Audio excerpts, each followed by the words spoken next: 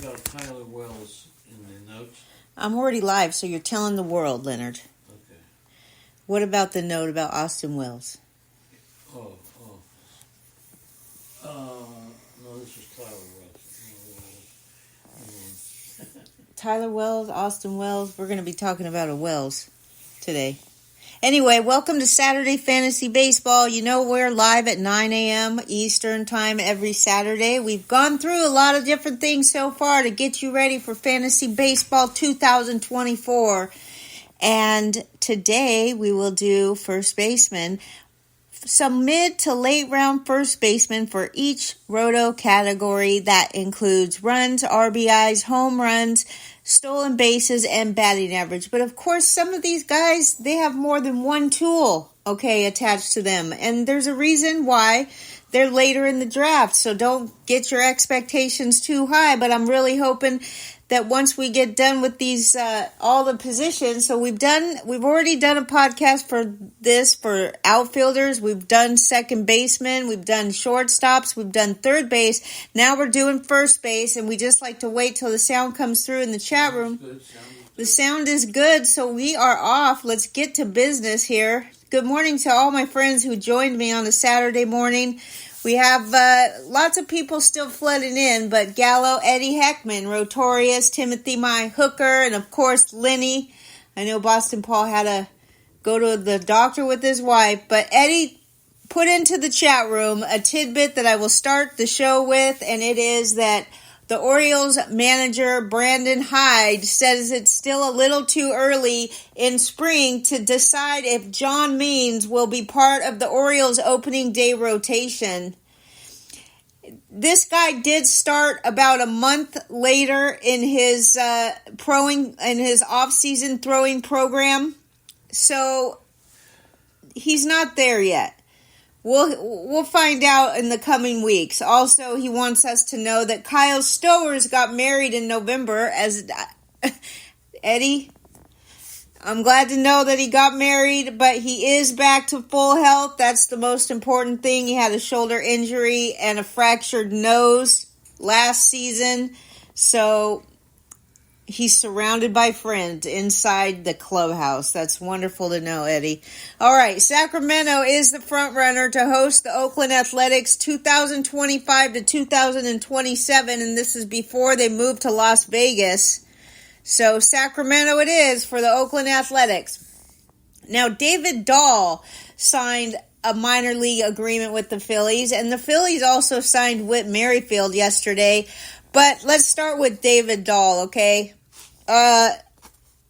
He's got, let me see, I have probably way too much shit about David Dahl, okay, because this guy is he's going to be 30 years old, and he didn't do anything last year. He did hit 282 with a 354 on-base percentage in 54 games at Triple-A, but that doesn't mean much. He signed a minor league contract, and he will get an invite to spring training, clearly not being drafted. Don't know for sure, but the reason that David Dahl fits into what I'm about to tell you is a couple things. They also signed Whit Merrifield, which I think obviously is a much better fantasy baseball candidate, okay, for your roster. I still like Whit Merrifield. I know he doesn't have an everyday job as a starter in a specific position, but Whit Merrifield plays all over, and when I say all over, I mean he can play all over the infield, he can play every outfield position, and he does steal bases. We talked about him a couple times because of where his ADP falls this year. I absolutely think that Whit Merrifield is a great deal where you're getting him in the draft, but the Phillies go out and they sign David Dahl and Whit Merrifield, which George brings up on Facebook, and I want to give George credit here, but it is the first question that you should ask. What is wrong with Brandon Marsh? Why are they, all of a sudden in 2 days, they got two potential outfielders, and it makes me wonder if this Brandon Marsh injury is more serious than being let on here. Good morning to Bobby Kleino and family. Hello to Teddy Ray. Welcome aboard, Teddy Ray. It's our newest member of the Lenny's Legion chat room to go along with his brother Noah and his sister Shay. Bobby and Crystal are the parents, and it's just a wonderful family. Great to have you aboard, Bobby. Hello. Okay, Daniel Vogelbach signed with the Jays.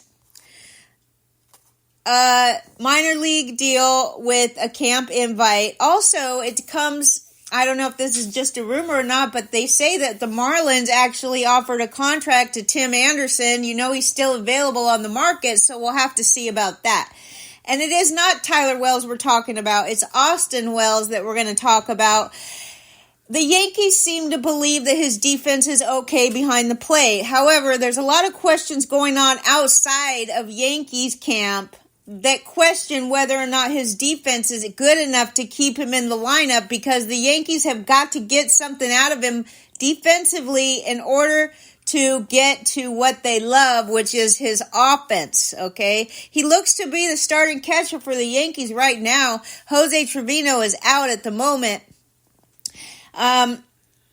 Still, even with Jose Trevino not out at the moment, it looks like Austin Wells is going to get a shot as the catcher for the Yankees. Good morning to Noah. Hope you're still studying those baseball cards, my friend. I love seeing you doing your karate and stuff. It's just great. Keep up the good work. Keston Hiura to the Tigers, okay? Keston Hiura, remember we were so excited about this guy, second baseman, and oh boy, was the excitement there for Keston. It's definitely faded, okay? Keston doesn't even really have an ADP because he definitely wasn't being drafted, but he did sign a contract with the Tigers yesterday. Now, this will be interesting. He will be in camp as a non-roster invitee, and he earns $2 million if he makes the roster. But he last played in the majors in 2022, and he did hit 14 homers in 80 games with Milwaukee. So, the biggest problem that you have to watch out with Keston Hiura is the fact that he strikes out 40% of the time, and so that's not an exaggeration. That has absolutely been the one reason why he has not been able to live up to fantasy relevance at all. We are talking about first baseman, so I might as well bring up to you the fact that Keston Hiura can play first base as well as second base, but he is pretty far down the depth chart as far as second base goes. And first base, of course, we're going to talk about, it's interesting, these are Detroit Tigers first basemen, Spencer Torkelson, Mark Canha, and Keston Hiura. All three of these guys will be spoken about today. Another first baseman that was signed yesterday is Mets signed Ji-Man Choi, who doesn't play first base any longer and clearly won't be the first baseman for the Mets when they have Pete Alonso there. He did sign a minor league deal. It's worth up to $3.5 million if he makes the roster. He's 32 years old now, and even though he was a huge fan favorite when he was with Tampa Bay, the fans just loved him. He never was great at fantasy. He was more of a good regular guy than fantasy guy. And he did struggle last season playing for the Pirates and the Padres. He only hit 163 with an on-base percentage of .239, 6 home runs, and 117 plate appearances. Now, he is a lefty, and he will be in the mix for some DH at-bats, along with DJ Stewart, who was a lot better, okay? Anyway, there you go, Ji-Man Choi signed. And there is some people out there crying about how, the Mets got Ji-Man Choi, so now they're not going to get JD Martinez. I know the Mets fans have really been wanting the Mets to invest in a DH, right? But that's not coming from the management necessarily. And I know they were in on Jorge Soler and JD Martinez. I know they've talked to, so I think they're open to getting another DH, but I don't think this Ji-Man Choi signing has anything to do with JD Martinez. We talked about Whit Merrifield a little bit. It's a 1-year, $8 million contract, but there's a chance he could make up to $16.6 million with incentives. So there's also a buyout option for next year. And, I've been talking highly about Whit Merrifield. His ADP is 249, and I still think that's a good deal no matter what team he ends up on. Just because he doesn't have a starting position does not mean that he won't get at bats every day. And when I say every day, I mean this guy finally did. He hits at near the top of the order because of his speed, and he is 35 years old. But he still stole 26 bases last year. One of the things that he has that's great too, besides the fact that he'll steal 20 or so bases, is his batting average. His batting average is solid, okay? When you get down to the 200 ADP level, you are not going to find a ton of great batting average at that point in the draft. And that's why I don't think Whit Merrifield is perfect, but I absolutely believe that he is going to play lots of positions. Now, he enters the season qualified at outfield and second base. He played 84 games at each of those spots, but like I said, he plays all three outfield positions. He can play all over the infield too if needed. So, yes, I know when you read the highlight, it says, the Phillies added bench depth to their team. But, all right, we'll see what happens there. Now, the Padres manager, Mike Shildt, told the media yesterday that Xander Bogaerts is moving from shortstop to second base. Ha-Seong Kim will take over at the shortstop position. That's interesting to note. And Riley Green, he expects to play in Grapefruit League games once the schedule begins. He said the team is planning a blend of DH and outfield days for Riley Green. He's only 5 months removed from Tommy John surgery, but it was on his non-throwing elbow, so he's on an accelerated timeline, which should have him ready for opening day. Good morning to Eddie. Good morning to Leonard Donaldson. Good morning to Mitchell Hartson. Bobby, we talked about Garrett Mitchell yesterday. Lenny did, I believe. Garrett Mitchell.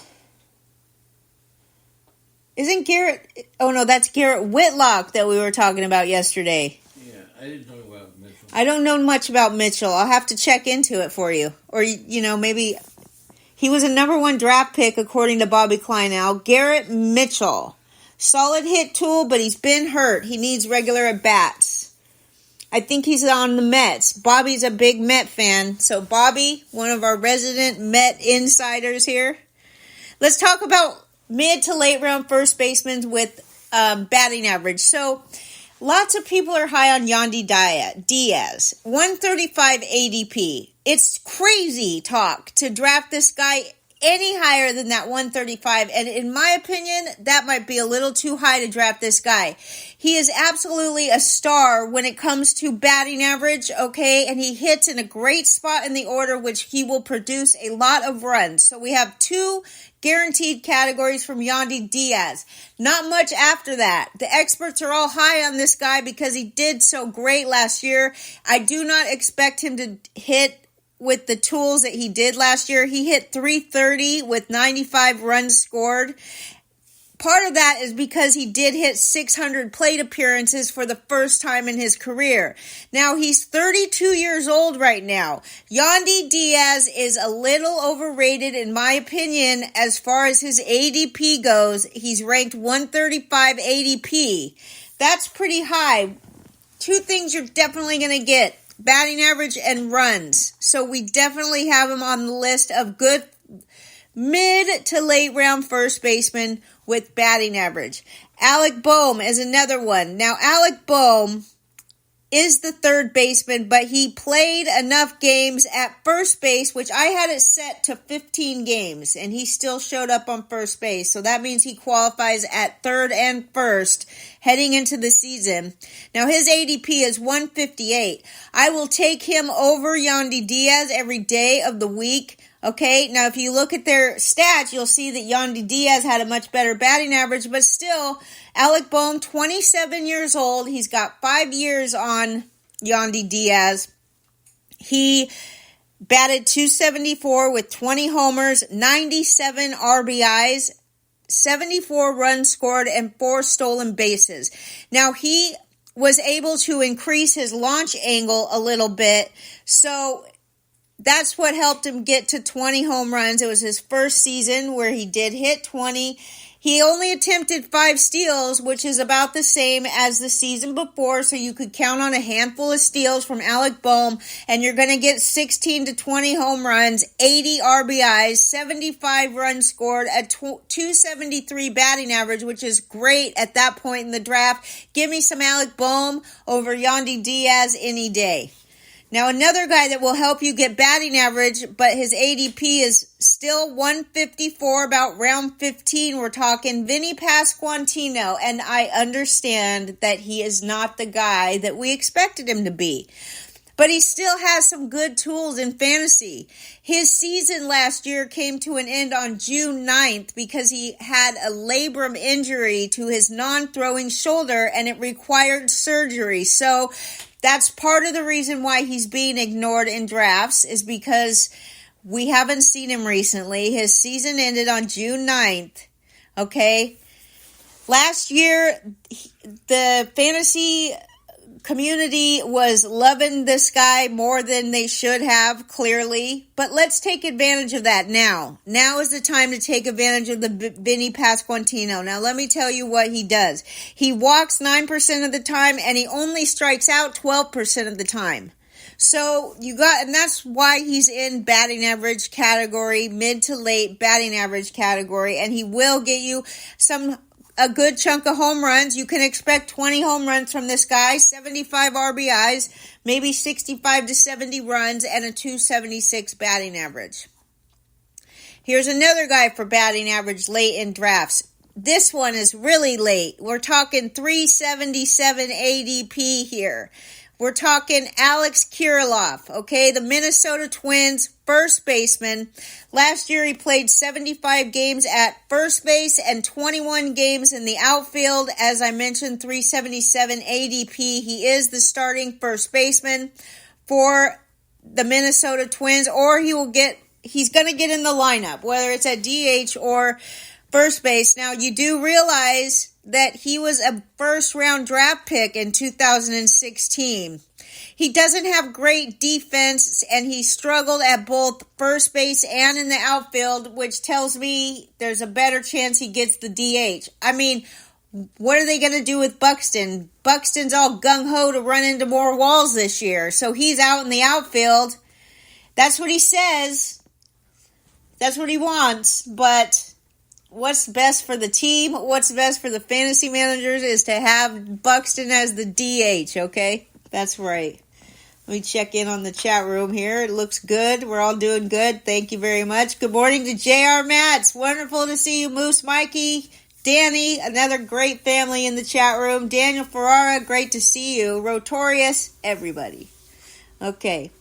I do think Severino is going to bounce back. I feel like he worked really hard on his tipping pitches, that they specifically addressed it this offseason. I love where Severino is going in drafts, and that's my take on Sevy. So let's talk about Kirilloff. Alex Kirilloff, ADP 377, 2 seasons, limited by wrist injuries. He didn't reach the majors until May last year because he was working his way back from August 22nd wrist surgery. He hit 270 with 11 home runs, but then he aggravated the injury in the playoffs, and so he had off-season surgery again to repair the labrum in his right non-throwing shoulder. So they say he's ready to start spring training. He should be ready for the season, healthy. We don't really know how much damage the wrist injuries have done to his power overall, but we're hoping it will come back pretty good. So here's the thing. This guy will hit 278 with or without a bad wrist. He's great for batting average late in drafts. He's going to get you 15 to 20 homers, 65 RBIs, 50 runs, maybe a stolen base, maybe not, but he's 26 years old, so this year he should be in that prime time 27 range, okay? Alex Kirilloff, 377 ADP. For runs, if you're mid to late round drafting for runs at first base, you're looking at Spencer Torkelson, okay? Spencer Torkelson, 24 years old for the Detroit Tigers. Last year, he hit 31 homers, 94 RBIs. Are you kidding me? And by the way, his ADP is not that low. It's 115. So right in that 100 mark. But this is another guy I'd rather have over Yandy Diaz. Even though, look, this is all about building a good team. And if your batting average is suffering, you pick Yandy Diaz. If your batting average is decent, you can go ahead and bank on some Spencer Torkelson, okay? Because his batting average pretty much stinks. 233, 313 on base percentage, all right? Barely over the 300 on base percentage.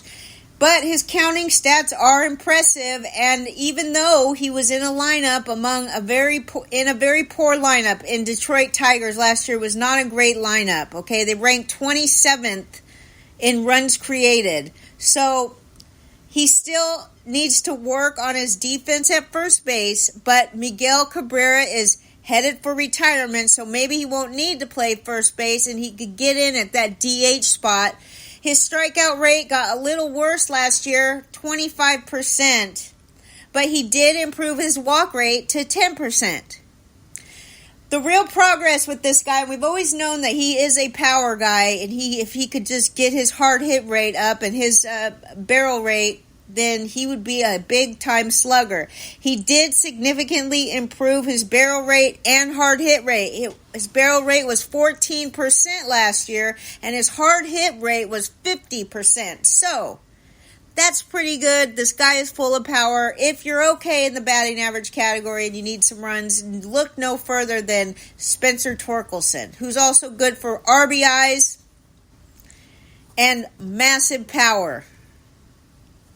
Okay, Kyle Manzardo, here we go. 23-year-old first baseman for the Cleveland Guardians.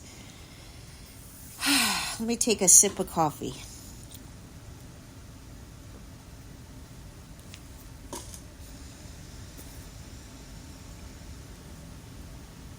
All right, here I am. Now, Kyle Manzardo.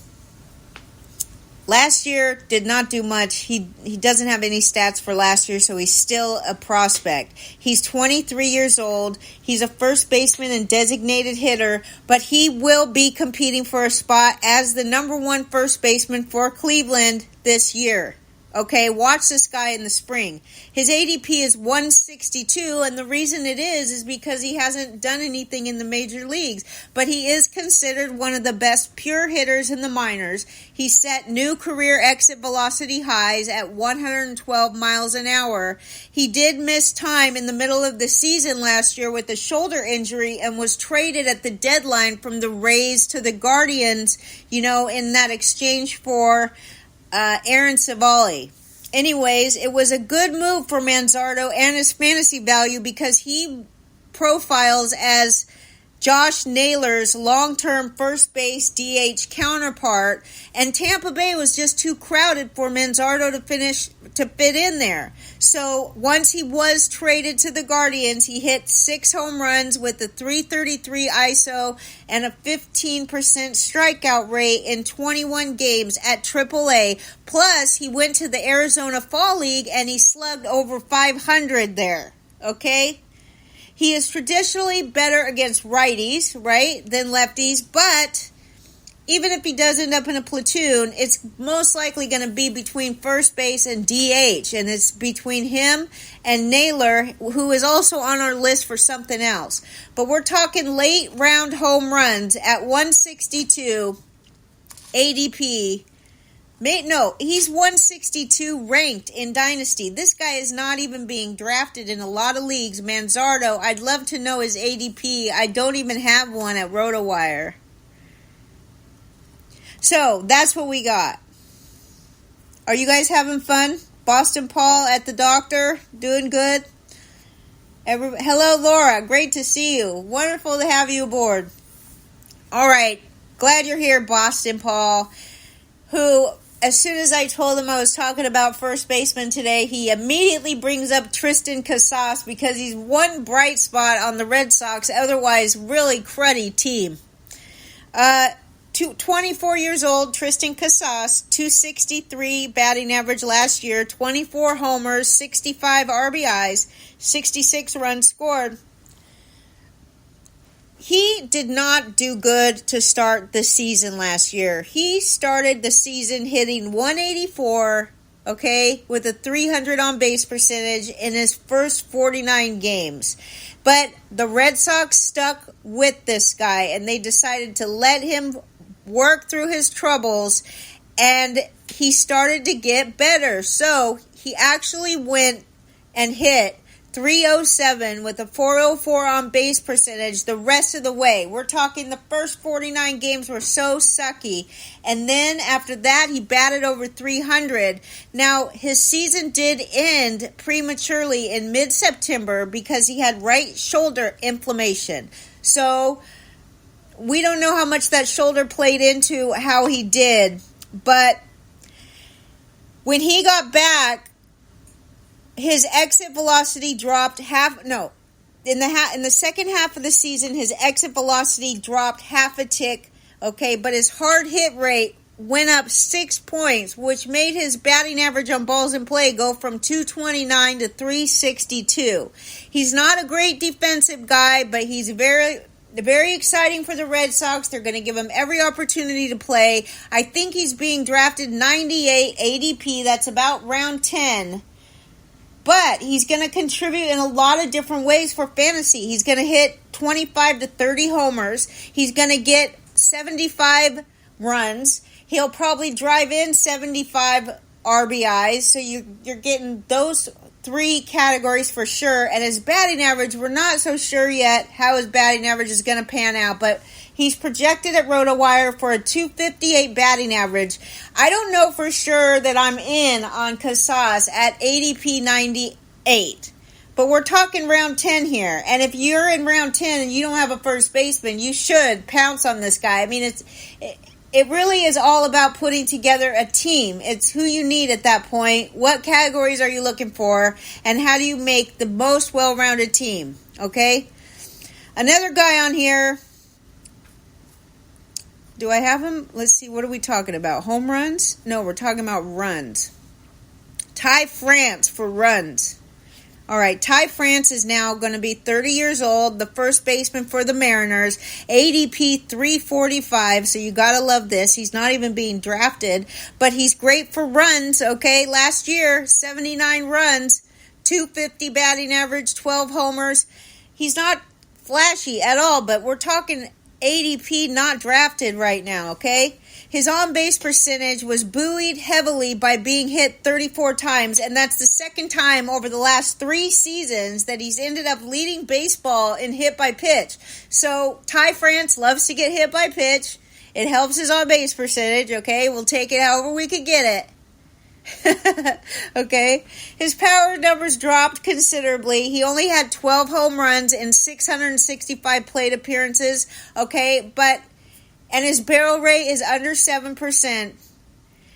So, look, the guy is not a big, fat power hitter, okay? That's not what we're drafting him for. We're drafting him if we're desperate for runs. And as I mentioned yesterday, or Lenny mentioned, but I don't think he was really saying it right, the runs in fantasy. Somebody brought this up to me 4 or 5 years ago about how he noticed that the teams, the fantasy managers with the most runs, I mean, finishing in the top couple in runs category, is the best projector of doing well in fantasy. That basically that's the most important category that you need to focus on. And I think a lot of it comes from the fact that when a guy is getting a lot of runs, he's clearly getting a lot of plate appearances. And the most important thing in fantasy is the at-bats, right?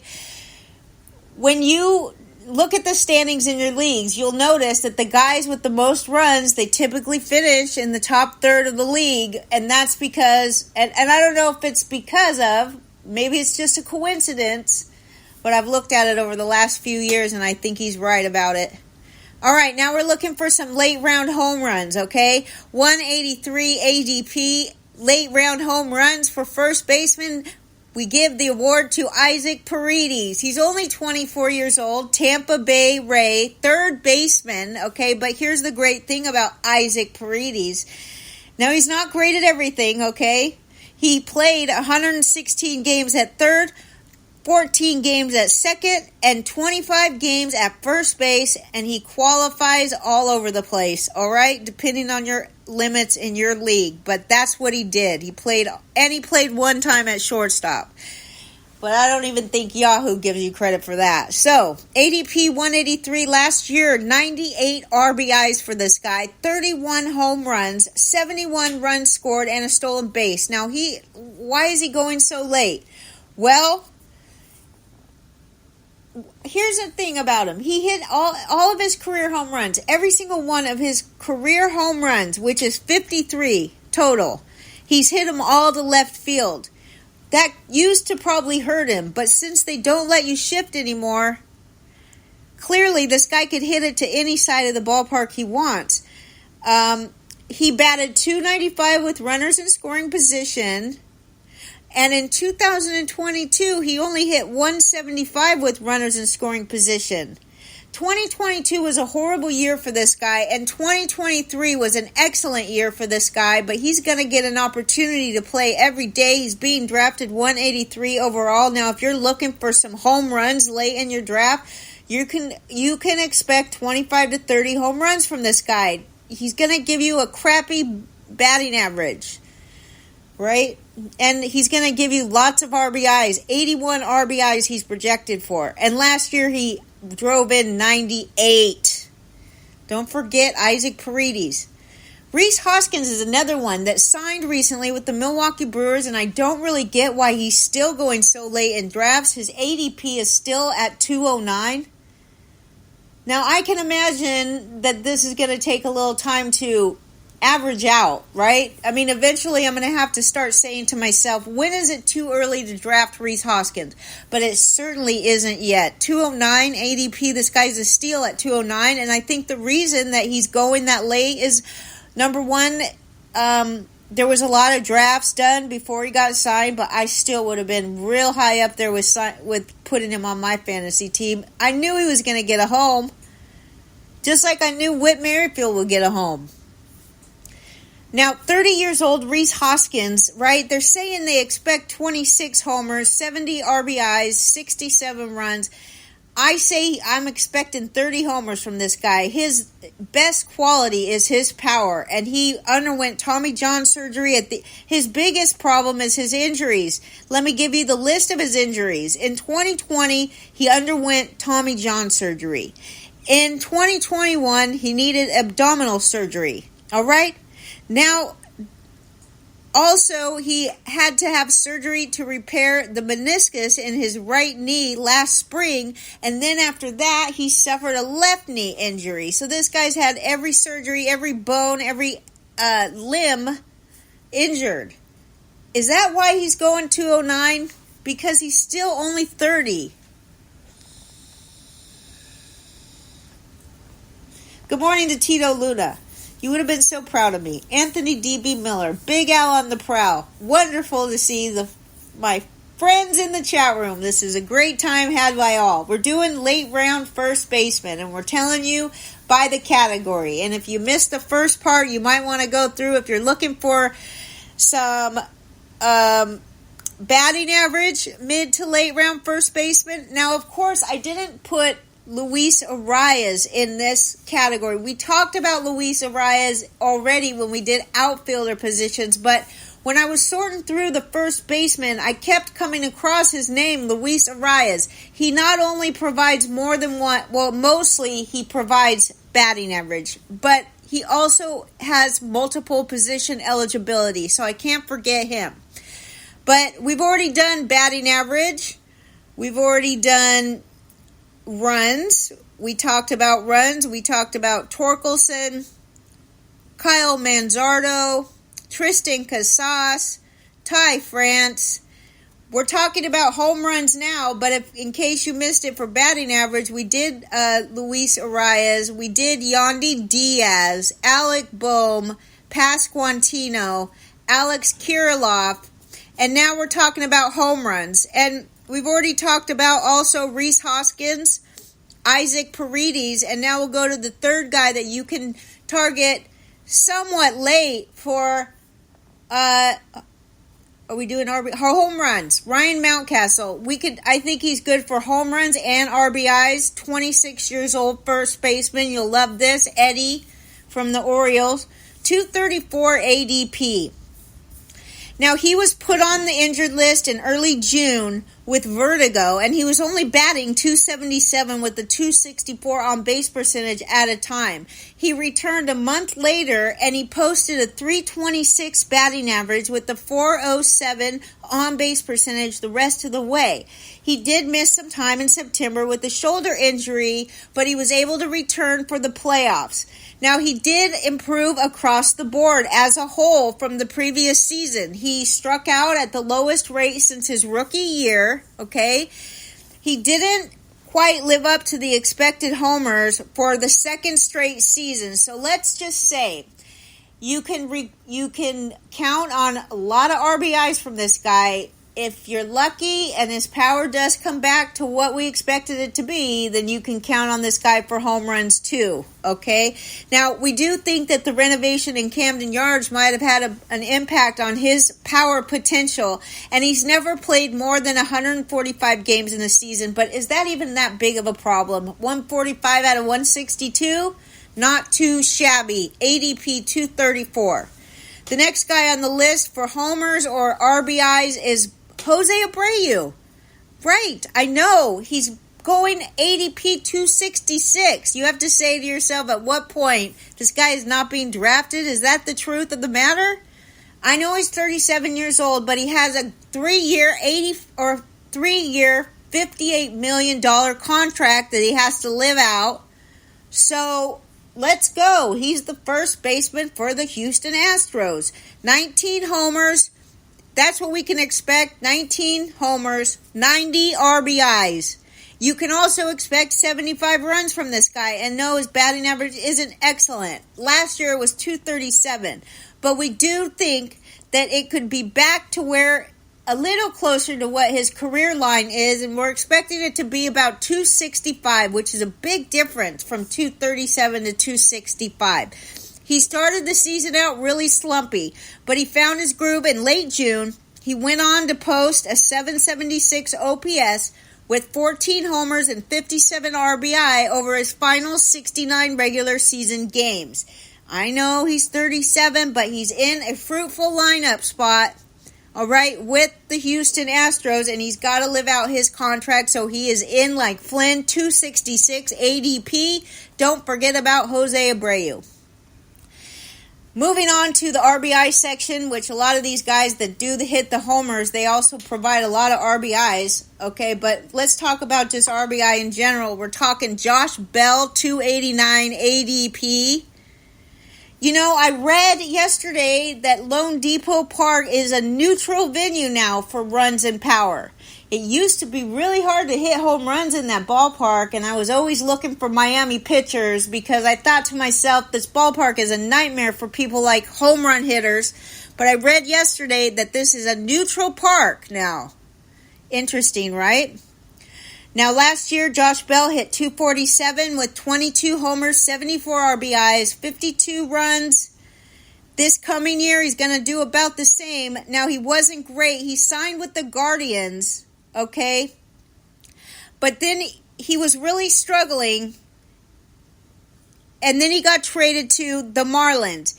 He was hitting .230 before he got traded to the Marlins, and the Marlins needed him to add some pop, and he also just seemed to fit in a lot better there. His average exit velocity and hard hit rate were the same with the Guardians and the Marlins, okay?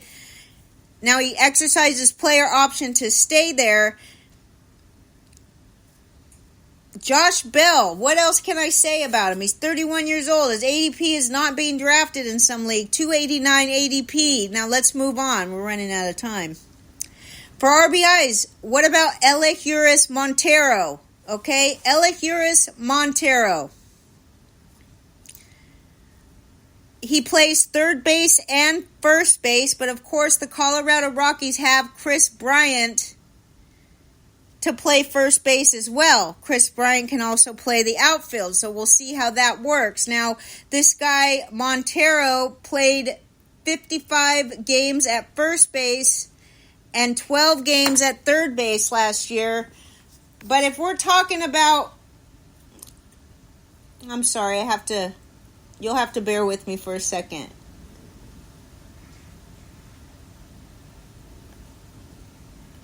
Pardon me, I have to look this guy up because I didn't get the information I needed in my notes. Now, last year he only hit .243 with 11 homers and 39 RBIs. He did his best in September to salvage another disappointing season, but he plays all over the place. His ADP is 436, and when we're talking about late round RBIs, he hits in a good spot in the lineup. He's only 25. But this guy has been just crushing it down at AAA. It's just that when he gets up to the majors, he hasn't done very good. He did not play third base good defensively, and they did not give him any starts there after April. So we'll see what he did his offseason to help with his defense and to grow up a little bit, right? But he has been great. I mean, he hit 15 homers in 35 games at AAA. So, Roto Wire is saying perhaps we shouldn't call it quits, but the point is he's going to get at bats and he's going to give you RBIs, and he's being drafted 436, okay? That's how it works. So let me go back to the chat room.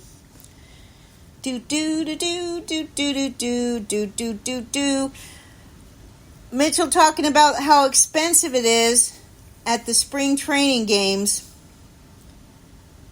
$59 with a $17 vendor fee and $8 for the computer algorithm to automatically send the ticket to him, or a total of $84 for spring training game. Plus, what about the parking, right? The parking is now, when we used to go to spring training, we could park for like $5, and then right before 2020, it was like our last time at spring training, the Cubbies ballpark was brand new, so it was expensive to go there. But for the most part in Arizona, you could park anywhere for $20. But, you got to take into consideration these costs is going to be for parking too. So let's move on. Andrew Vaughn, 25-year-old first baseman for the White Sox. Last year, 80 RBIs from this guy, and that's what we're targeting him for. His ADP is 198. Now, because Jose Abreu left, that gave Vaughn the opportunity to play first base last year, and he did deliver similar results at the plate. He had 21 homers, 80 RBIs, 67 runs, and a .258 batting average in 152 games. So now he's entering his age 26 season. He has established a decent floor. He is not going to kill you in batting average. He's not going to be very flashy in anything, but he can hit you 20 homers, and he definitely will drive in 75 RBIs for the late great ADP of 198 overall. Now let's also talk about another Minnesota Twins guy, which is Carlos Santana. I know he's kind of horrendous. 434 ADP. Now, his batting average is horrible, right? We're talking 220, okay, for Carlos Santana. But last year, he hit 23 homers, and he keeps driving in runs. He drove in 86 RBI last year, 78 runs, and he even stole 6 bases. Don't expect that. But he's 38 this year. I'm just saying, if you get into a rut late in your draft, you need some RBIs. Carlos Santana is worth a try at ADP 434. Mark Canha. Now we're talking stolen bases, and you know how first base goes. There's not a lot of stolen bases out there, so let's get going. We got a couple guys for stolen bases, but let me tell you what. First base is not a place to get your stolen bases from. First base is a place where you get your RBIs and your homers and stuff like that. The middle infield is where you target for the most stolen bases. However, you could just be at the end of your draft and need a guy with a couple steals, and you're going to get a couple steals from the 35-year-old Mark Canha, who just signed with the Detroit Tigers. Now, he began last year with the Mets, but when they fell out of contention, he was dealt to Milwaukee at the deadline, and he did have a regular role with the Brewers. He did play well. He had 5 homers, 33 RBIs in 50 games. For the full season, he recorded 11 homers, 62 RBIs, and a 755 OPS over 139 games. Now he will be in his first season with the Tigers, and he is likely to post similar numbers. He has hit 20 or more home runs only one time in 9 years. So don't expect a lot of homers. We're talking perhaps double-digit stolen bases. It's probably safe to expect only about 10 stolen bases. You're going to get double-digit homers, like 10 or 12 homers, right? This is not a guy that you get much from. That's why he's not being drafted. But I'll tell you this about Mark Canha. He played 18 games at first base and 88 in the outfield. He also played 4 games at third base. And it looks right now, if you look at the depth chart for this team, it looks like he is the starting left fielder for Detroit. All right? Another guy that you could get a handful of steals from at first base is Josh Naylor, another Cleveland Guardian. But you can also get from Josh Naylor batting average, home runs, RBIs. I'm telling you, Josh Naylor is a steal. At 141 ADP, he provides a lot of different things. Now, he played 35 games at first base and 65 games in the outfield. So Josh Naylor also qualifies at both first base and outfield, which we've already talked about a lot of times is very handy because outfield is very shallow. It drops off and then it's gone. So don't forget about Josh Naylor. Now, he missed over a month last year with an oblique injury, and he did hit .363 with runners in scoring positions and .299 against lefties. All right? He lowered his strikeout rate for a 4th consecutive full season, and he just crushed fastballs. He batted .352 against a fastball, so don't expect him to get a lot of those this year. But ADP is a steal for Josh Naylor, and he qualifies. Not that he qualifies, but he will provide you with multiple tools. .283 batting average. Are you kidding me? At his ADP, a .283 batting average, 20 homers, 95 runs, 95 RBIs, 55 runs, and 8 stolen bases is what you can expect to get out of this multi-positional angel. All right, we got one more. Luke Raley. Luke Raley is where... Hold on, Josh Naylor I lied about. Luke Raley is the one that played 85 games at first base and 65 games in the outfield. Luke Raley, 372 ADP. He will steal 10 bases. You're not going to get a ton of stolen bases, but now I have to go and find out about Josh Naylor for you because I can't be lying to you people. He plays first base for sure, but let me see where he played. One great thing I could do at this moment is to tell you how good the information at RotoWire is. That's what I used. I pretty much get all my information in one spot. Everything I tell you comes from there. Of course, it's not just copying and paste. I look through their player pages and I look at the different things, but my point in telling you about RotoWire is that it is a one-stop shop for just about everything you need to know to put together a good fantasy team. Every year they add tools to it, and I'm telling you, Lenny and I have been using tools, and we've been playing fantasy forever, and RotoWire is still the best. So at RotoWire it says Josh Naylor played 91 games at first base and 27 games at DH. So Josh Naylor is still excellent for where he is going in ADP, 141. So the only thing I lied to you about is his position eligibility. And that is who I'm talking about, Luke Raley, who is a 29-year-old Seattle Mariner right fielder, but he qualifies at first base because, as I mentioned, 35 times at first and 65 in the outfielder. His ADP is 372. Now, he attempted 17 steals last season, and he was successful 14 times. So you are going to get a few steals from this guy. He was out of options coming into camp last season, and he was nearly cut at the end of camp. But he didn't let it happen, and he continued to hit. He became a more nimble version of G-Man Choi for the Rays as someone who could come in and generate offense against right-handed pitchers, okay? A 133 runs created plus and 17 homers against right-handed pitchers. He hit 19 overall. So, I do think he could get an opportunity to give you a handful of stolen bases. He's not being drafted in most things. And he can also hit with a little bit of pop. I wouldn't expect much. But Roto Wire, my favorite tool, has him projected 256, 19 homers, 56 RBIs, 57 runs, and 11 stolen bases. And that is all I have for you today. If you missed any of it, go ahead and listen on demand. Also,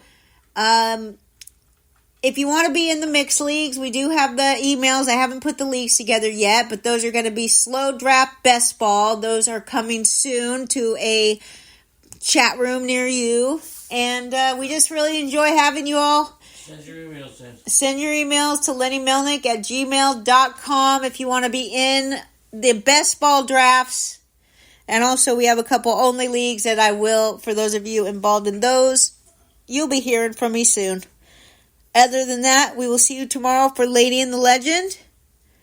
And I hope you all have a wonderful day. It's snowing here, so we'll be inside.